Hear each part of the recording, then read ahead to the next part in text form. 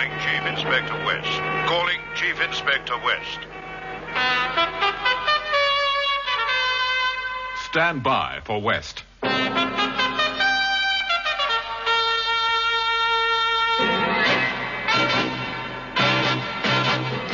crime file, based on John Creasy's novel, Battle for Inspector West. Dramatized for radio by Maurice Travers. Battle for Inspector West, starring Patrick Allen as Chief Inspector Roger West of Scotland Yard and Sarah Lawson as his wife Janet. Part 1. Honeymoon spells nightmare.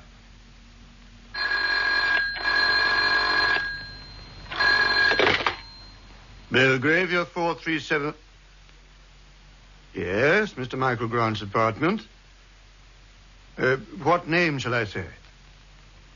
I'm sorry, sir, but unless I have your name, I'm afraid I... Is that for me, Hayden?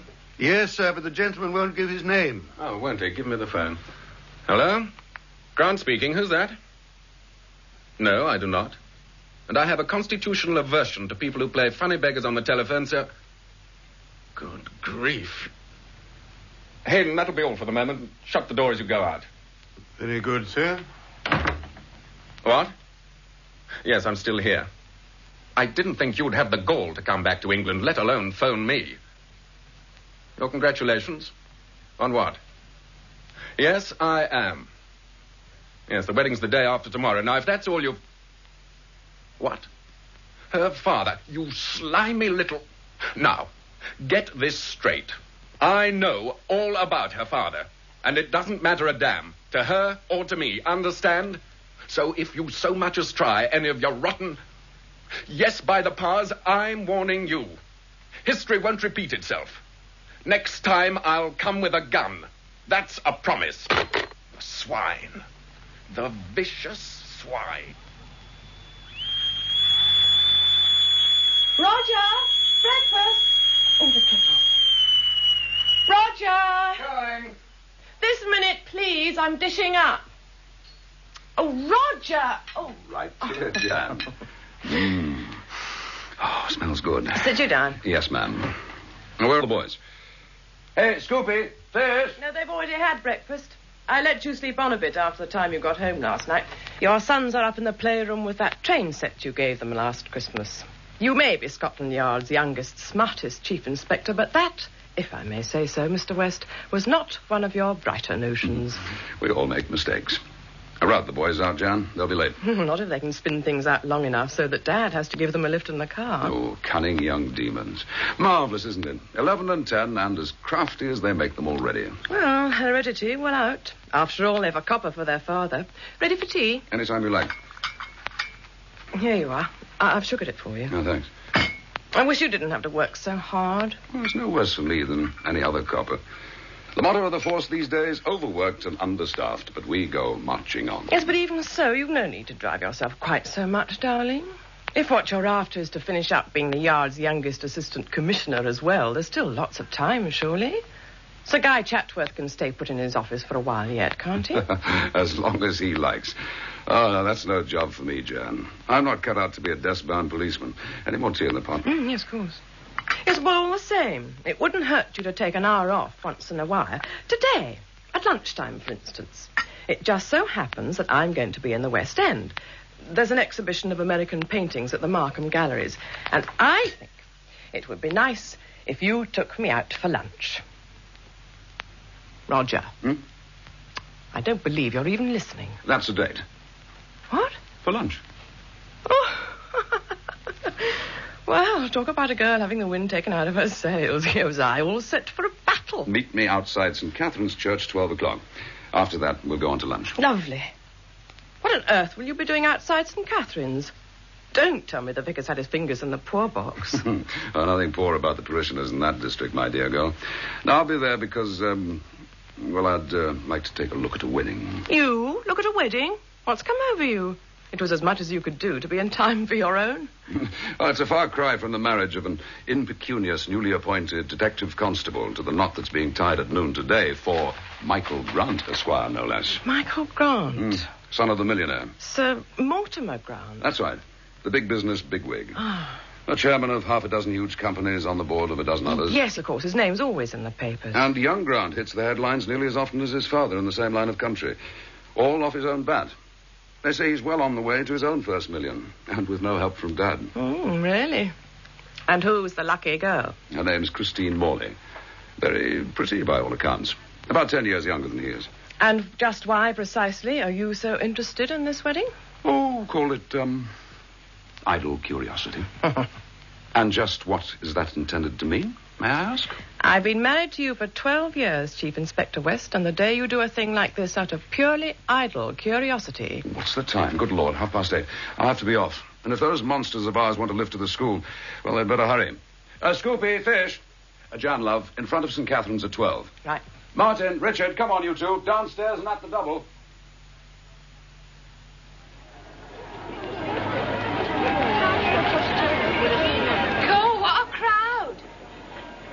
Mind you pushing, if you please. Oh, sorry, I'm looking for someone. Oh, listen, they're coming. Jan! Over here, Jan! Excuse me. Do you mind if I get through? Oh, Roger, I'm sorry. I'm not too late, am I? No, all's well. Oh, there they are. Oh, look, there they are. Oh, Roger. She's a lot more than pretty. She's beautiful, a perfectly lovely bride. And no wonder she looks radiant. He's a very handsome man. Roger, you're not looking. What on earth are you staring at? By the door of the church, Jan. Just behind all the photographers. The chap in the shabby grey suit. With the hat down over his eyes? I wondered if he'd show up here. Why? Who is he? Arthur Morley, father of the bride. Her father? Oh, look. There they go, into the car. And he's gone, too. Disappeared in the crowd. But, Roger, Look, what on earth... I'll tell you over lunch. Come on.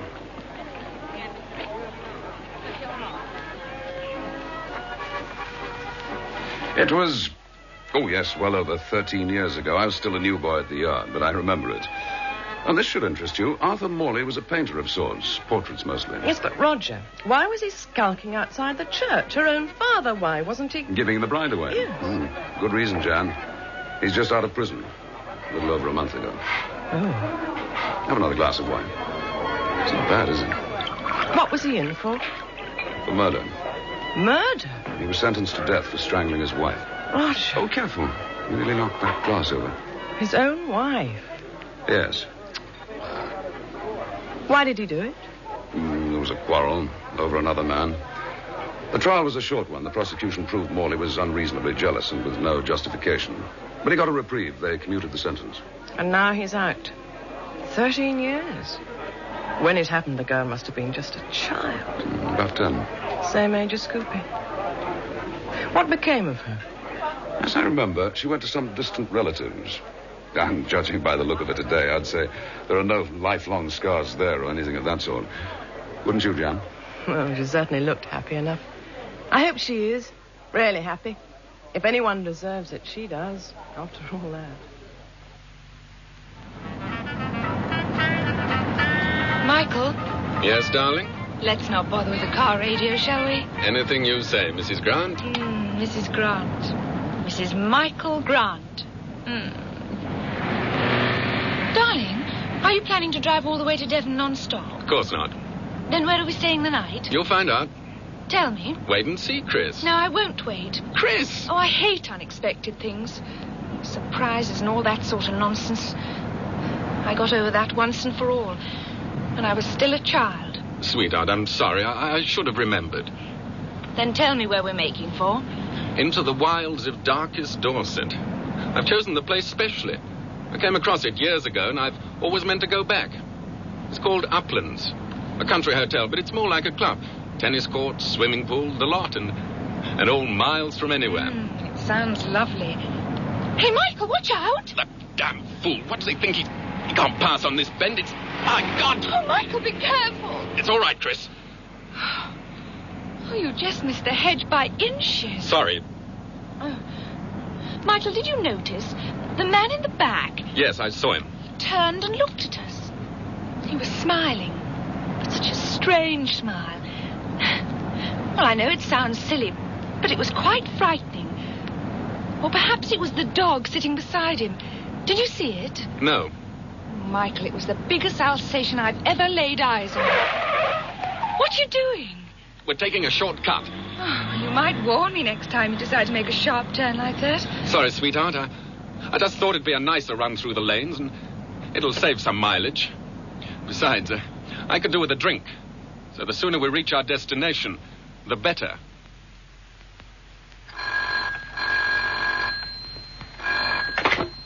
Chief Inspector West.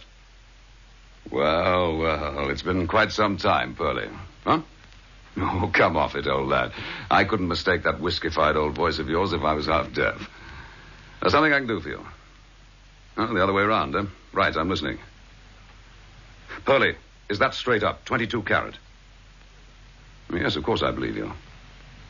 So he's back in England, is he? You're right, Pearlie. I am interested in anything and everything about that gentleman. What's that? Young Grant? I shouldn't think so. After what happened before, I don't see Mr. Grant coming to us for protection or anything else. Oh, keep your ears flapping, Pearlie, and see what else they pick up. Huh? Good man. Bye now. West here. I'd like to see the assistant commissioner as soon as possible. When will he be free? All right. Yes, I'll be in my office for the rest of the day. Well, Mrs. Michael Grant, this is it. The bridal chamber. Every modern comfort as Madam can see. Now, that's the bathroom, the door in the corner. It's a shared bathroom, actually. It connects through to the room next to this. But just to ensure our privacy, I've taken both rooms. No expense spared. I knew what I was about, didn't I? Marrying a big businessman. Oh, what time do they start serving dinner here? 7 o'clock onwards. Oh, marvellous. Lots of time for me to unpack. We shall unpack. I insist on sharing all the chores. I'll open the bags and you can hang up the things. You call that sharing? Well, let's see how much room there is in this wardrobe. Chris, darling, what in the world? The face. Look in there, the face. What? Oh, Chris, it's just a party mask on a hanger. But it's his face. Don't you see that man in the car with the dog? Even the smile. The same smile. By thunder. A painted mask. Painted specially. And a damn professional job. Oh, Michael, what does it mean? What does it mean? A swine. You know what it means. You must know. I've never seen that face in my life till today. Sweetheart, you're shaking. Come and sit Oh, down. Michael, answer me. You know that man, don't you? Yes, Chris. I know him. Who is he? His name is Corrosion. Yes, sir. Corrosion. Back in England? Sure, Roger. According to Pearlie Willis, when it comes to that sort of information, I've yet to have Pearlie let me down. Shut that damn window, will you? Yes, sir. There are times behind this desk, Roger, when I feel like tossing the job of assistant commissioner straight back into the Home Secretary's lap. This is one of them. I want him, sir. I want to get Corrosion. Sit down and relax, Roger. I'm not in a relaxing mood, sir. For years, he's had his hands in every kind of vice and crime. Nothing has been too low or too dirty for him to get mixed up in. We've always known it, and we've never been able to do a thing about it. Not for want of trying, you know. Oh, of course we've tried. And what good's it been? We've set traps enough time and again, and he's slipped through them all, every one of them. What's brought him back to England? The Grant business, you think? Could be. But I doubt if that's the only reason. Well, why not? If it hadn't been for young Grant, Corrosion wouldn't have cleared out of the country at all. Admittedly. But look at the facts, sir. Corrosion was blackmailing Sir Mortimer Grant. We don't know why and probably never will now. The old boy wouldn't come to the police, but he told his son. So young Grant goes off on his own, breaks into Corrosion's Mayfair apartment, leaves the place looking as if a tornado had hit it, and gets away with whatever it was Corrosion had on his father. Yes, and some other incriminating stuff along with it, obviously. Hence Corrosion's hasty departure. He was scared young Grant might give us the evidence to send him up for a nice long stretch. But Grant didn't give it to us, did he? And now Corrosion comes back. And not just to get Grant. There has to be more to it than that, sir.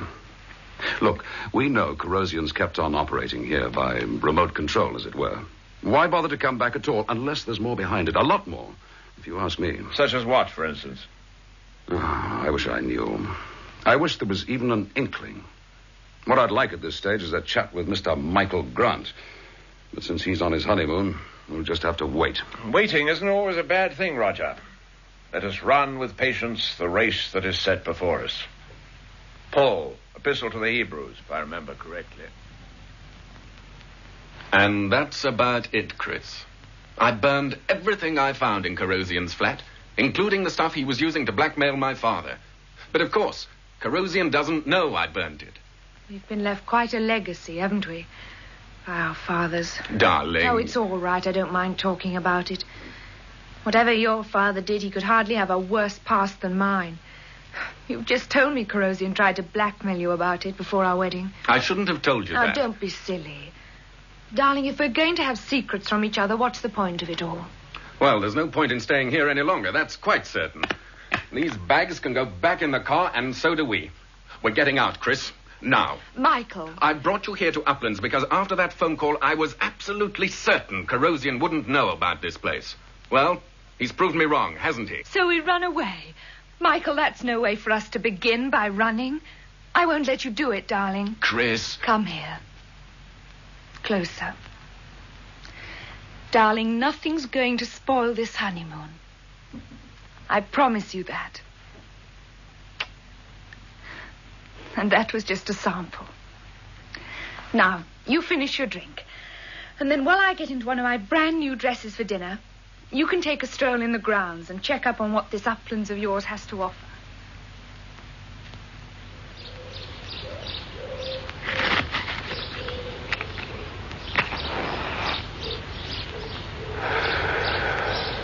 I beg your pardon. What the devil you... Oh, no, not the devil, my dear sir.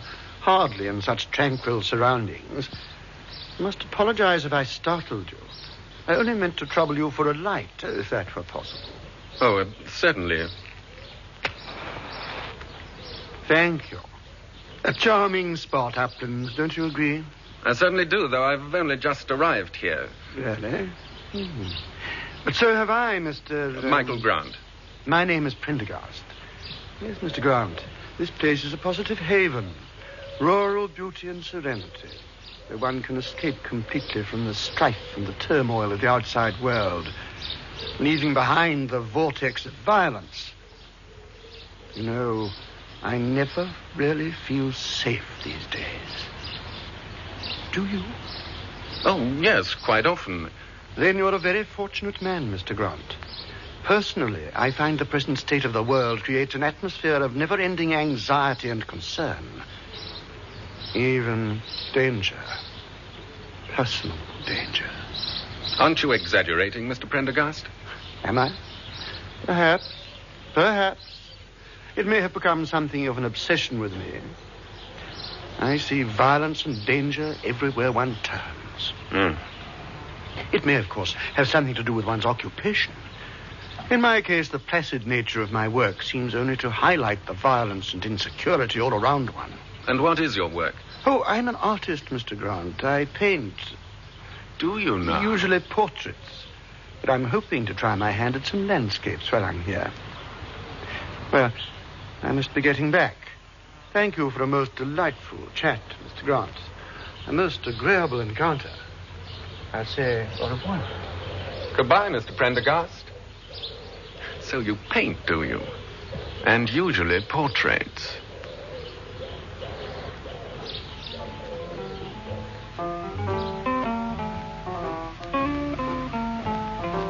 More wine, Chris? Not another drop. And that was a wonderful dinner. Michael, what's next on the program? Well, there'll be dancing if you feel like it. Or we might take a short stroll in the moonlight. That sounds perfect. And it's a beautiful evening by the look of it. Right. Then we'll finish our coffee and... I say, I wonder if that young couple at the next table have the same idea. See? They're just leaving. Hand in hand.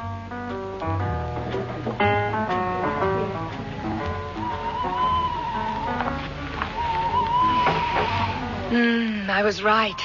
It's a lovely evening. I was right, too, about that couple. There they go.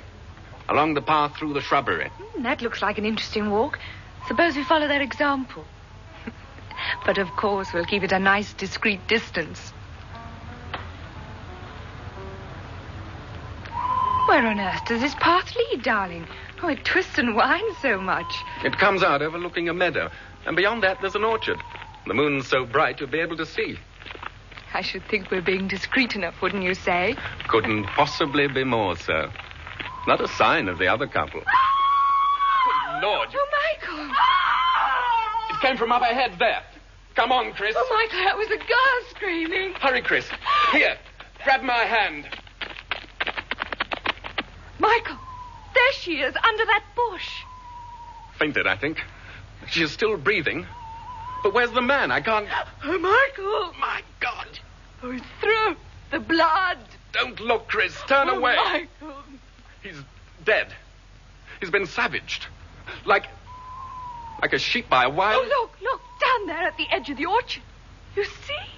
A man. And beside him, Michael. By his side. A dog. An Alsatian dog.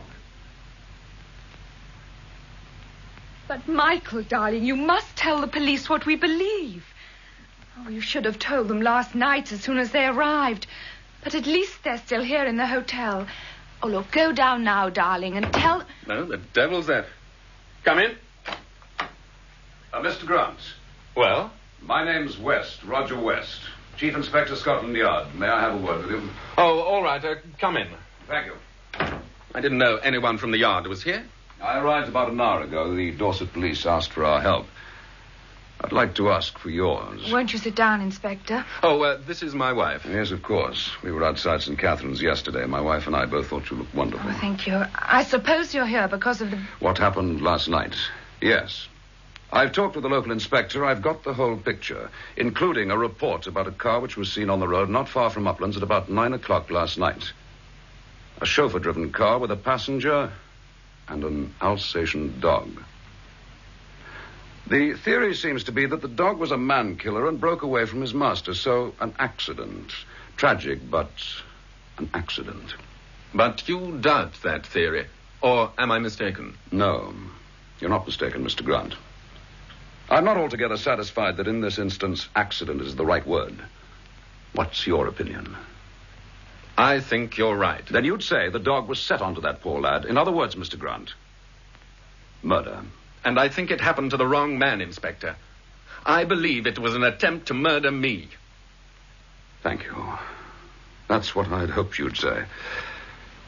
I was afraid you wouldn't. And to be honest, I had no idea as to how I could possibly drag it out of you. You knew? Let's say I had a shrewd notion, Mrs. Grant. And that amounts to the same thing in my job. Now, Mr. Grant, how long have you known that Corrosion was back in England?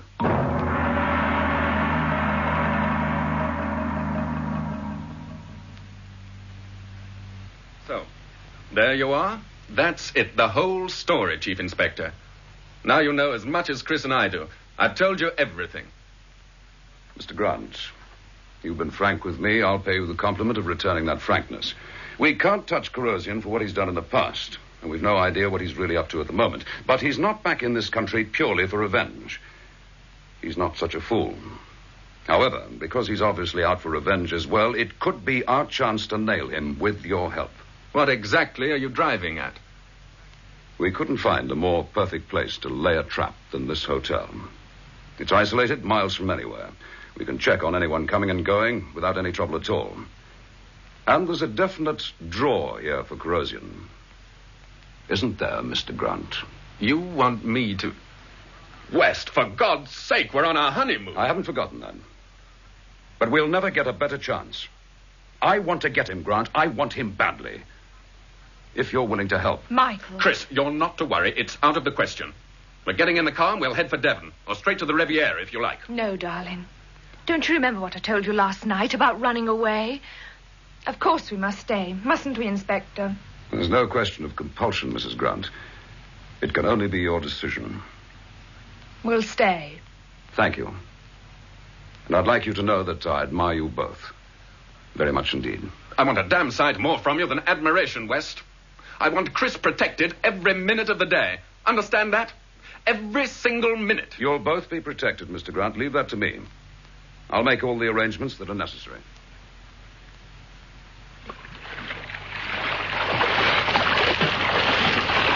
I'm not sorry to have the pool to ourselves. Are you, darling? Not a bit. And the water's marvelous. The swim is just what we needed. Oh, feels a bit odd to have it under police supervision, though. They're keeping at a suitably respectful distance. And apart from me, they're your only audience for the new bikini. Oh, I think I've had about enough, though, Michael. What I'd like now is a good hot bath and a nice cup of strong tea. Right. Tell you what, I'll race you the length of the pool and we'll pack it in. Only if you give me a start. I'll do even better. You can take a racing dive off the edge of the pool and I won't start till you've got halfway. Go on. Out you get. Okay. All set. Off you go. Chris! Chris! What's wrong? Thank God. Over here, quickly. Chris, someone took a shot at you. A shot? Just as you dived. For a minute, I thought, come on. I have a few well-chosen words to say to Mr. Chief Inspector West. You call that protection, West? Chris might have been lying at the bottom of that pool with a bullet in her. The important thing is that she's not, Mr. Grant. She's taking a bath, safe and sound, behind that door. No thanks to you or those idiots of yours. By the time they went racing off over to the shrubbery, Chris could have been shot 10 times over, West. When I agreed to play decoy for kerosene for you, I wasn't banking on anything like this. When it comes to Chris, nothing doing. The deal's off, West. Chris, come on out, darling. Now, Grant, calm down. I realize how you feel about Do this. you? Suppose it was your wife. Chris, out of that bathroom. We're leaving here right away. Chris, you're here? Answer me, Chris. Open the door. Chris, are you all right?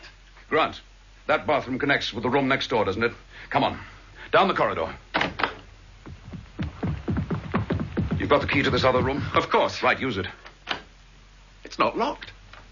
But, West, I locked it myself. Now, this other door to the bathroom. Hurry, man.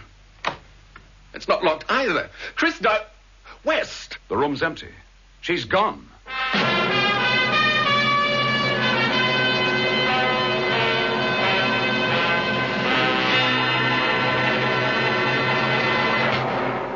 You've been listening to Patrick Allen and Sarah Lawson in the first part of Battle for Inspector West by John Creasy.